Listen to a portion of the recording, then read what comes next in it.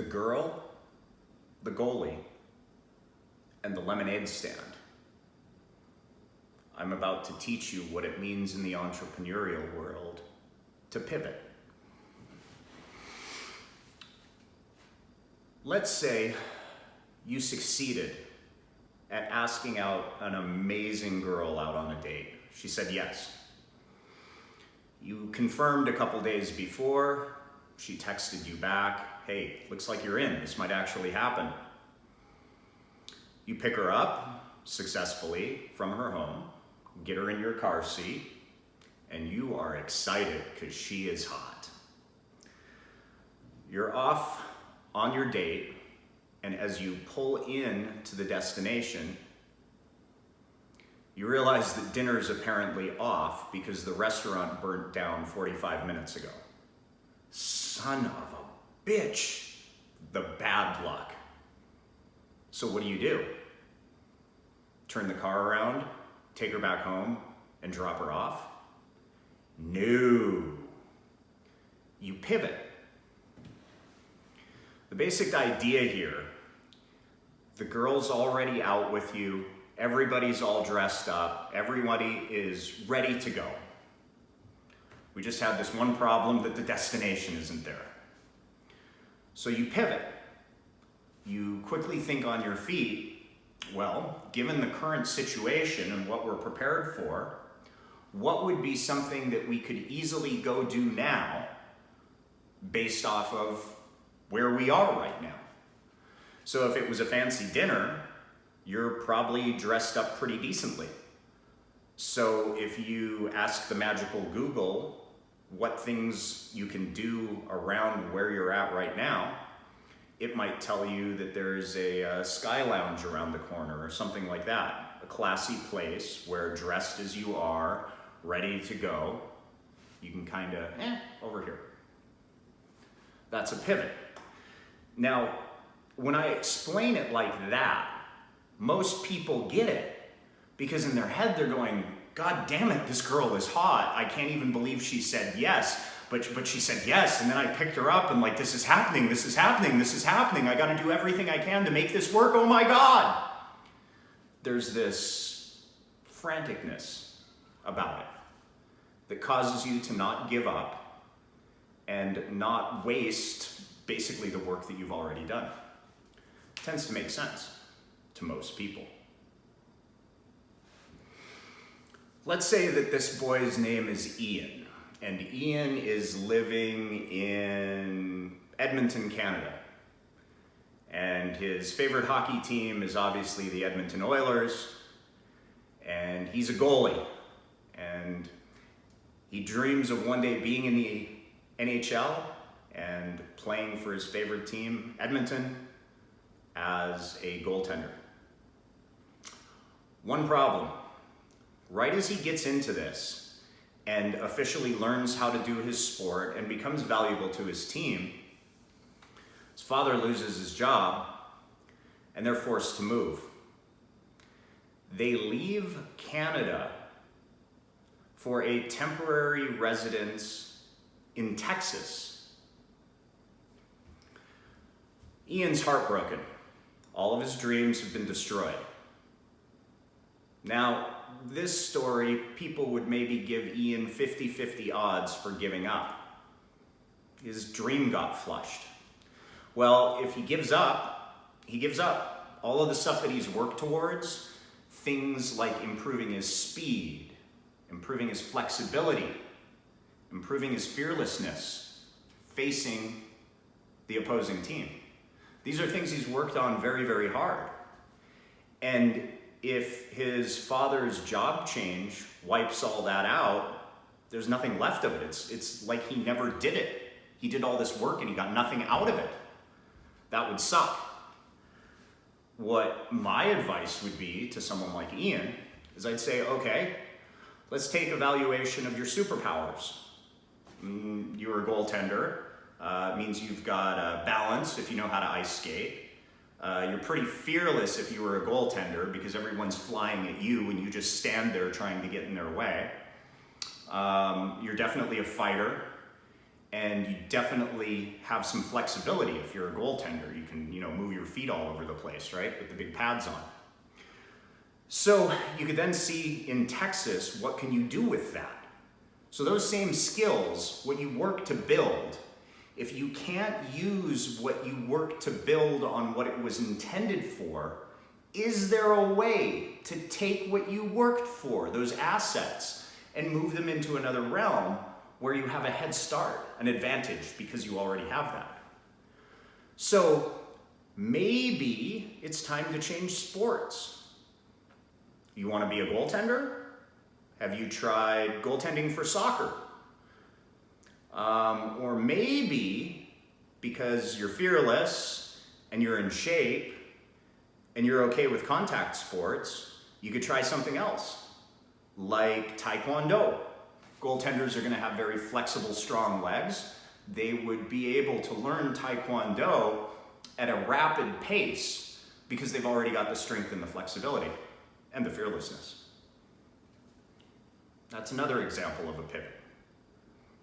In the second example, people are probably sitting on the fence as to which way he'd go. Third example. You're 8 years old and you get the bright idea opening up a lemonade stand on the corner of your street where you live. You do it for a couple days, you kind of figure out how it works and how many lemons you have to squeeze into how much water and how much sugar you need to add to it. Takes you a while to get it right, you're only 8 years old, but you figure it out. 3 days into your business, all of a sudden there is a tragic lemon shortage across the planet for whatever reason. What do? Most people would say the kid gives up. Hell, most adults in that situation would give up. Here's what I'm telling you. If you've chosen to go into a business as an entrepreneur and you work at it, you really work at it like it's something you want, like the hot girl in the first part of the story. When you hit a challenge, you don't stop. When you hit a roadblock, you don't stop. You hit a roadblock, that means you pause momentarily. You take and evaluate the entire situation. You then decide costs and benefits. You decide what resources you already have. You decide what resources might be able to be used somewhere else in a slightly different way to possibly make you money there, getting around the roadblock. This is what it means to pivot. I could be talking about pivoting as an entrepreneur. I could be talking about pivoting as far as picking up women. I could be talking about anything and apply the idea of the pivot. And it's as simple as this. You're going to pick a direction. You may succeed, you may fail at your goal. But on the way there, you become stronger. You learn things. You learn about the psychology of the people you're working with, the psychology of your vendors, the psychology of your customers, the psychology of your employees.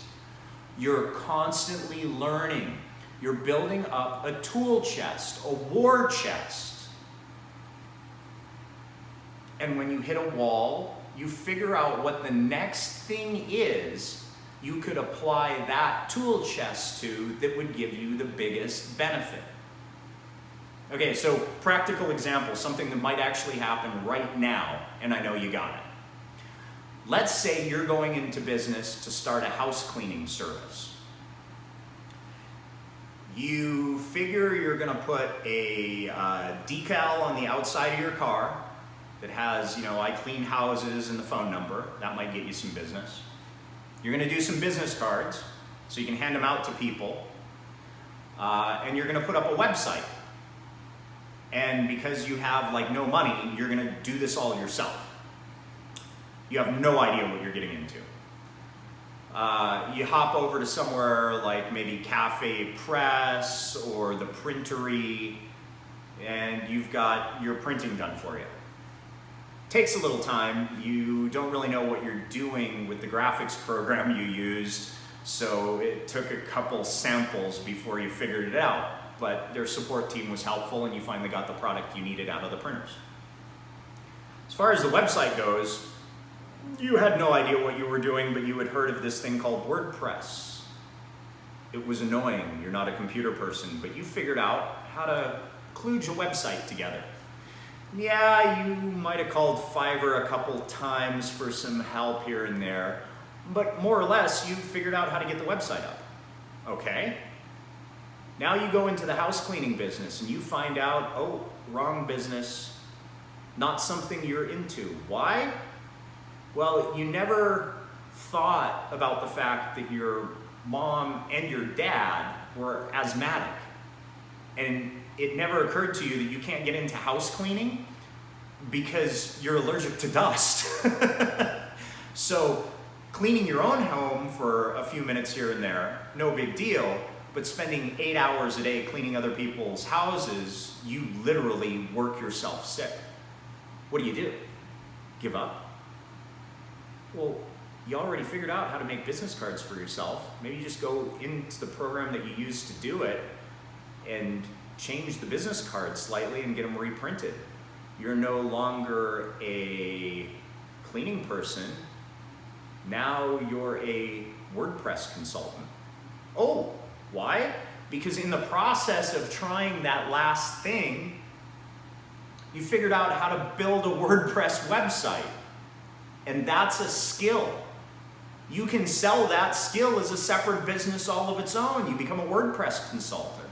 Or you take that site that's already done, that you spent all that time on, that would be a shame to flush, and you change the colors a little bit, you put a new company name on it, the rest of the site stays the same way that it was, and you now have your website for your next business. See, when you're an entrepreneur, you're gonna fail most of the time. People I know that are fucking brilliant entrepreneurs fail most of the time. I mean like 90% of the time. If you look at it as failure, they're insane for not giving up. But they know something. They know that as they stick at it and make these investments in themselves, learning how to do different things, whether it's handling people or building a website, they're learning how to do more. And that means that the next thing that they do, whatever it is, they're gonna have a head start on everybody else. That's what it means to pivot. You hit a wall, you stop just for a second as you spin around, evaluate the resources, evaluate the opportunities, and pick the next best target with the skills and resources you already have. There's no failure as long as there's no giving up.